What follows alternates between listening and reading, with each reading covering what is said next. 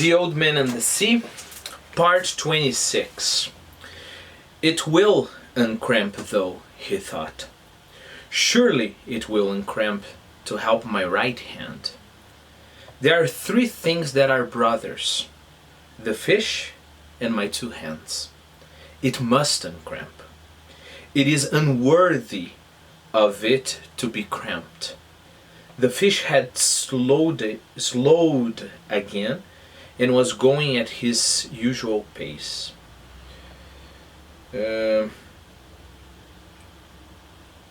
Worthy, how can I put it? Worthy is, oh, nice. Let's establish a connection here. Worth, okay? Worth, we can talk about price. For example, this cell phone is worth what? 1,000 reals, maybe 800, I don't know. So worth, right? We also have the expression worthwhile, right? So let's imagine you have, I don't know, like making bread, maybe. You know, you spend, before you had bread machines. I have a bread machine at home and it's so useful, guys, you can't imagine. Well, that's not the point.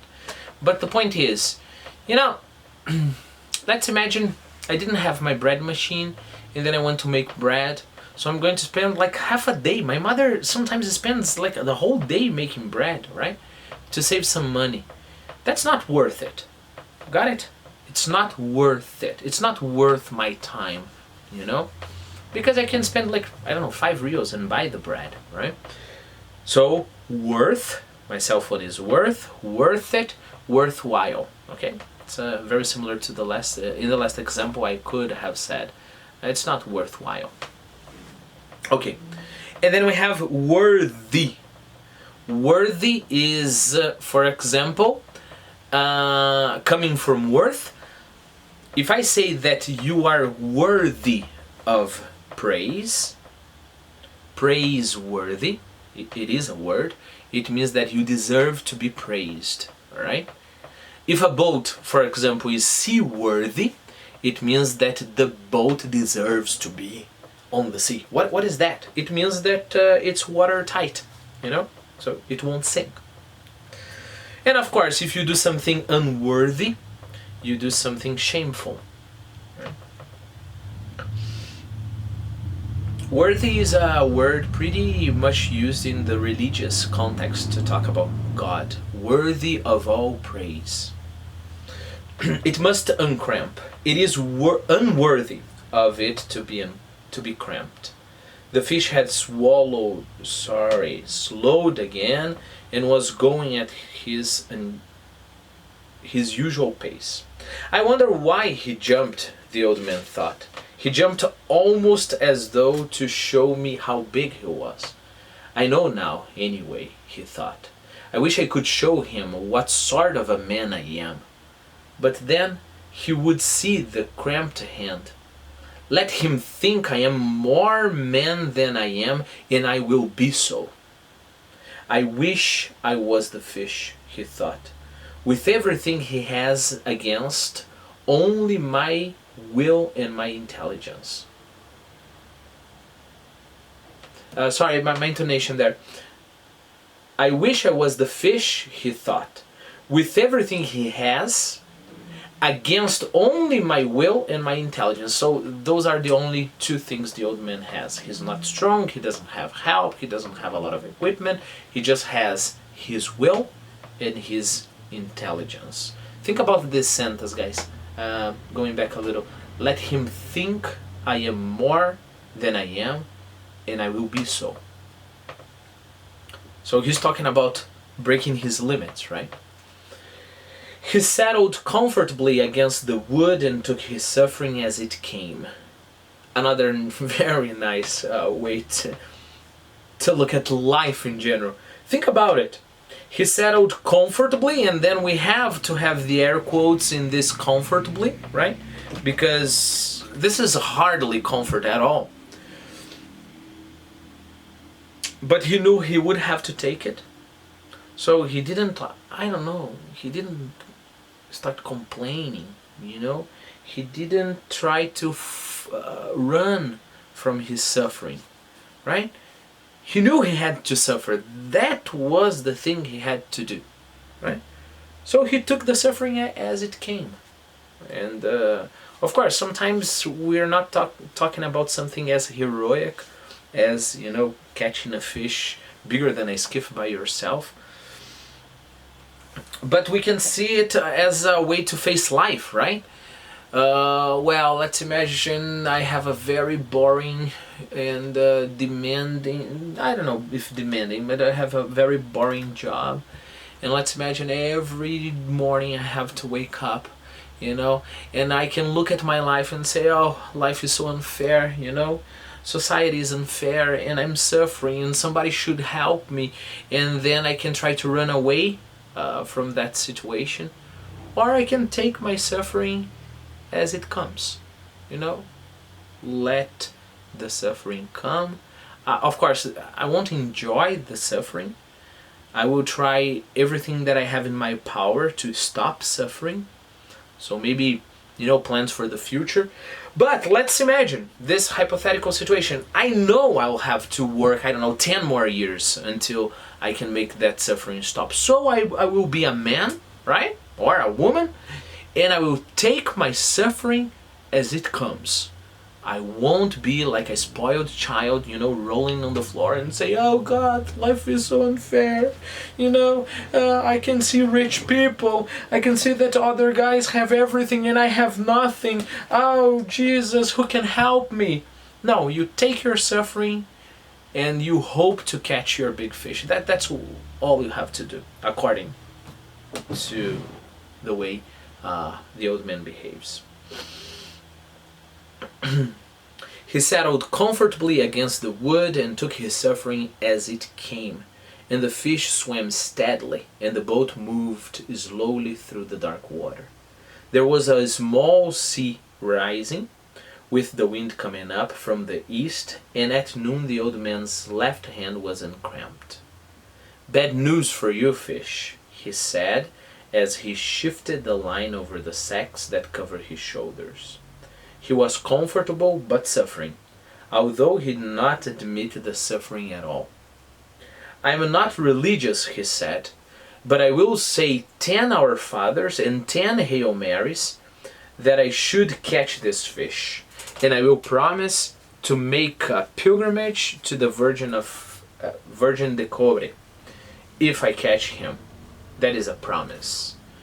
I think you are familiar with Our Father, right? Our Father to pray and Hail Mary if you are a Catholic. If you're not a Catholic, you don't say Hail Marys, right? Virgin of Cobre, he calls it Virgin de Cobre, mixing things. I think it was in our first or second video. I told you that it was the patron saint of Cuba. Very important saint in Cuba. He commenced to say his prayers mechanically. Sometimes he would be so tired that he could not remember the prayer, and then he would say them fast so that they would come automatically. Hail Marys are easier to say than Our Fathers, he thought. Hail Mary, full of grace, the Lord is with thee. Pronunciation there, okay guys? Thee. Thee is an older way to say you. Blessed art thou among women, and blessed the fruit of thy womb, Jesus. Art thou is an older way to say you are. Thy is an older way to say your, okay? And womb is where the baby is, The fruit of thy womb, of course, is Jesus, and that's what the prayer says. Holy Mary, the second part of the prayer. Holy Mary, Mother of God, pray for us sinners, now and at the hour of our death. Amen. Then he added, Blessed Virgin, pray for the death of this fish, wonderful though he is. With his prayer said, and feeling much better but suffering exactly as much, and perhaps a little more, He leaned against the wood of the bow and began mechanically to work the fingers of his left hand. The sun was hot now, although the breeze was rising gently. I would like you to try to answer to that question.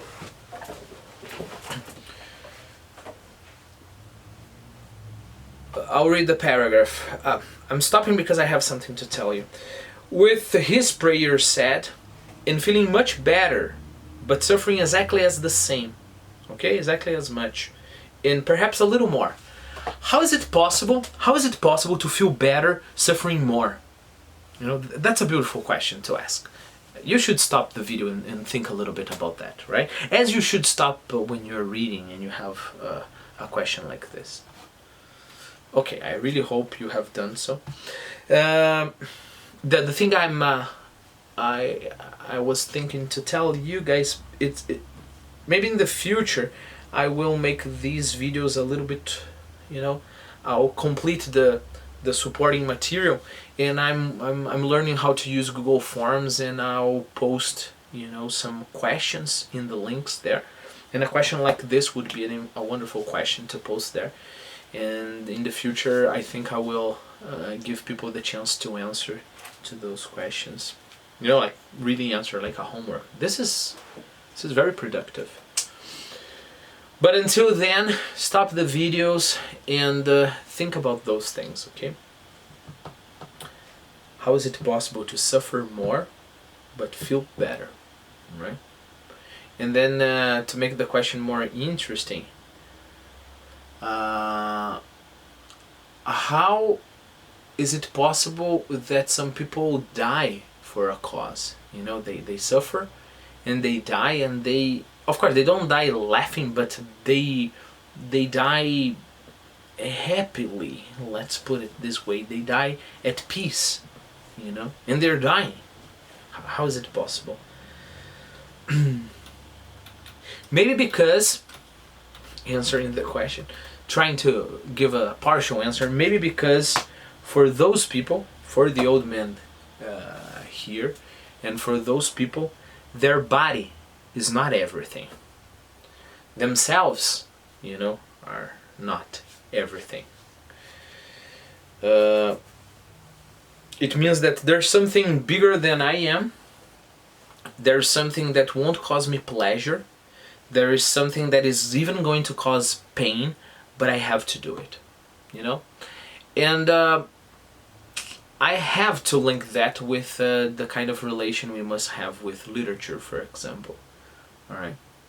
There are at least two very distinct ways of approaching literature. First one, literature is the thing that gives you things, so you are the center.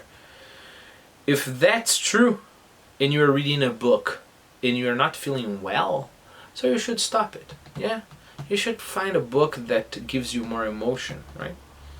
And then you are reading this easier book that gives you more emotion, and you know that is not making you feel so well. So you should, I don't know, eat something, drink something, you know, because if your body is everything, that's where you should go, right? But maybe, even though it's going to cause you a lot of work, you know, and a lot of trouble, even though you're going to suffer, maybe some things have to be done just because they have to be done. Just because they are beautiful, you know? So I'm reading a book, you know, it's taking me hundreds of hours. I won't get a raise in salary because of that.